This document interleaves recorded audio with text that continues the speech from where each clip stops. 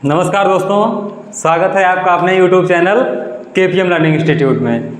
आज हम यहाँ पे बात करते हैं क्लास 10th NCERT मैथ के एक्सरसाइज 1.1 का क्वेश्चन नंबर 3। इसके पहले हमने यूक्लिड विभाजन प्रमेयिका के इंट्रोडक्शन का पार्ट देखा था।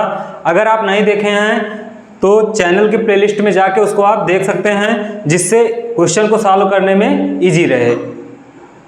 अगर सबसे पहले बात करते हैं इंट्रोडक्शन की, तो इंट्रोडक्शन का वीडियो आप जरूर देखिए। इंट्रोडक्शन के वीडियो देखने से आप यूक्लिड विभाजन प्रमेयिका का यूज कैसे करते हैं, सबसे पहले आप उसको सीखिए।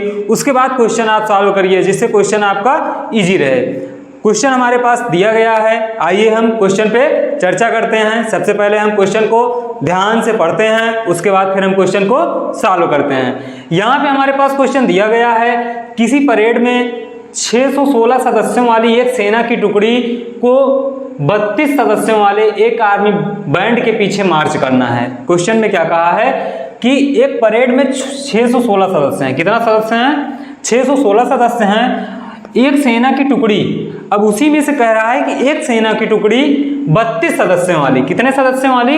32 सदस्यों वाली एक टुकड़ी है, उसको इस मार्च करना है। मार्च करने का मतलब कि परेड में जैसे आर्मी की टुकड़ी को आपने देखा होगा कि कैसे वो चलते हैं, वही कहा गया है कि ये पीछे मार्च करना है, पीछे पीछे चलना है।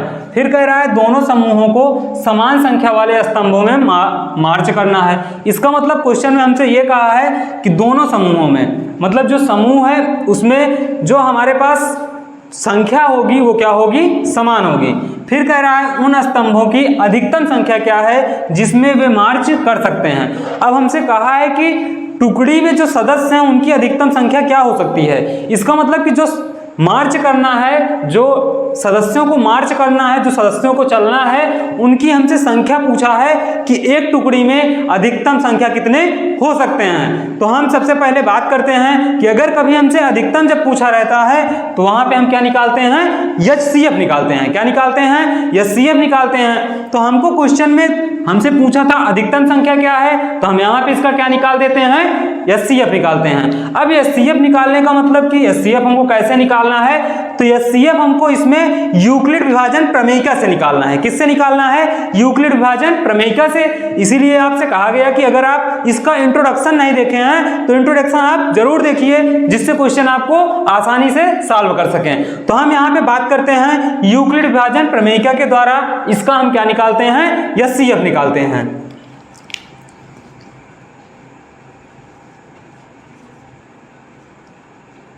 यूक्लिड विभाजन प्रमेयिका से, किससे?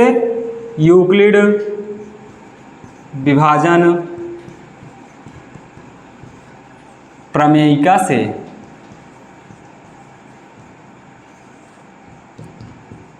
अब अगर बात करते हैं यूक्लिड विभाजन प्रमेयिका, इसके बारे में हमको पता है क्या होता है। A बराबर BQ प्लस R। क्या होता है? A बराबर BQ प्लस R। इसमें हमको पता है कि A क्या होता है, B Q क्या होता है और R क्या होता है। नहीं पता है, हम थोड़ा सा इस पर चर्चा भी कर लेते हैं, जिससे आप लोगों को आसानी रहे। अगर यहाँ पे हम बात करते हैं तो इसके बारे में हमने पढ़ा है कि यहाँ पे हमारे पास जो फार्मूला एक हमने पढ़ा था कि भाज्य बराबर क्या होता है? भाजक गुणे भागफल धन शेषफल। भाज्य बराबर भाजक गुणे भागफल धन शेषफल। तो यहाँ पे हमारे पास ये जो नंबर है इसे क्या कहते हैं? भाज्य कहते हैं। यहाँ जो रहता है जिससे हम भाग करते हैं उसको क्या कहते हैं? भाजक कहते हैं। और भाग करने पे जो हमारे आता है उसको हम क्या कहते हैं? भागफल कहते हैं। और जो हमारे पास बच जाता है लास्ट में उसे क्या कहते हैं? शेषफल। तो अगर हम बात करते हैं भाज्य की तो इसको A से डिनोट करते हैं, भाजक को B से, भागफल को Q से और शेषफल को R से। अब देखो यहीं पे हमको ये दिख रहा है A बराबर क्या दिया गया है? BQ प्लस R दिया गया है। तो हमारे पास हमने बताया कि हमको यूक्लिड विभाजन प्रमेयिका का यूज किसके किसके बीच करना है?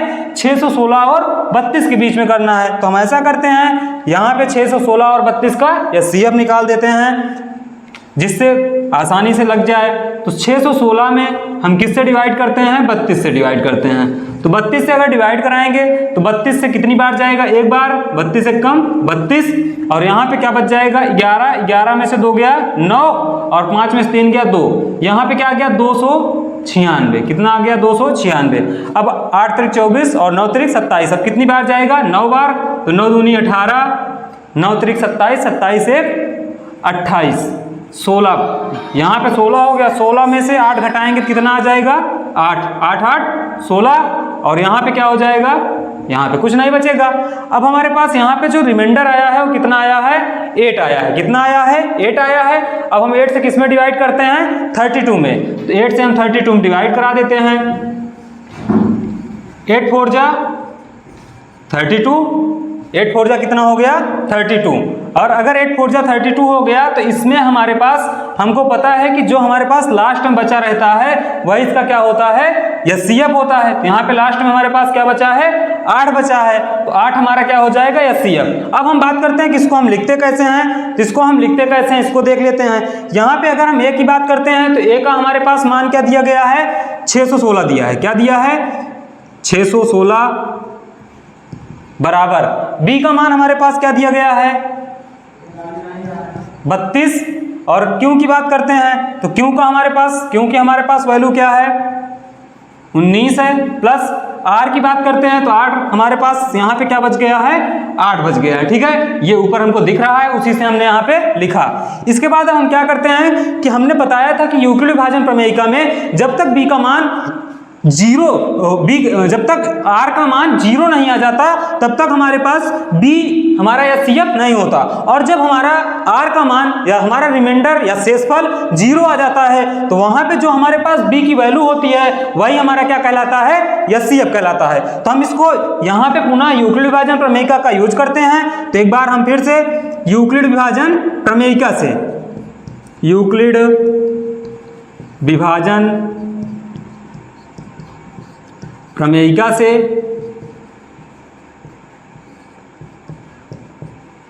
ठीक है। अब हम फिर से इसको लिखते हैं। यहां पे हम क्या लेते हैं भाज्य का मान 32 लेते हैं। कितना लेते हैं 32। और यहां पे अगर हम बात करते हैं भाजक, तो भाजक हमारे पास यहां पे क्या है 8 है।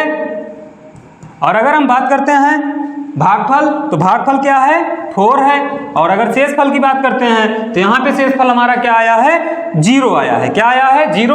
और हमने यूक्लिड विभाजन प्रमेयिका में बताया था इसके इंट्रोडक्शन के पार्ट में कि जब हमारे पास आर का मान 0 आ जाता है तो वहां पे जो हमारे पास बी की वैल्यू होती है वही हमारा क्या होता है एचसीएफ होता है। तो यहाँ पे बी की वैल्यू हमको दिख रही है। बी की वैल्यू हमारे पास क्या निकल के आ गई 8 निकल के आ गई। क्या निकल के आ गई 8 निकल के आ गई। और जो हमारे पास ये बी की वैल्यू है यही हमारे पास क्या है इसका एचसीएफ है। यही इसका क्या है एचसीएफ। तो यहाँ पे इसका एचसीएफ हमारे पास क्या मिल गया 8 मिल गया। और यही हमारा क्या हो गया आंसर हो गया। और अब हमसे पूछा था कि अधिकतम संख्या क्या होगी, और वे जिसमें वे मार्च कर सकते हैं, जिसमें वो चल सकते हैं, उनकी अधिकतम संख्या हमारे पास कितना आ गई 8 आ गई। तो हमने सबसे पहले एक बार हम फिर से क्वेश्चन पे चर्चा कर लेते हैं। हमारे पास क्वेश्चन में दिया गया था कि 616 टोटल सदस्य थे और 32 सदस्यों की टुकड़ी हमको बनाना था। और एक टुकड़ी में सदस्यों की हमसे संख्या पूछा था कितने संख्या में टुकड़ी में सदस्य मार्च करेंगे। तो हमने क्या किया, इसमें सबसे अधिकतम संख्या पूछा था तो इसलिए हमने इसका क्या निकाल दिया एचसीएफ निकाल दिया। और एचसीएफ निकालने के लिए हमने किसका यूज किया यूक्लिड विभाजन प्रमेयिका का। यूक्लिड विभाजन प्रमेयिका हमारे पास क्या है a बराबर बी क्यू प्लस आर।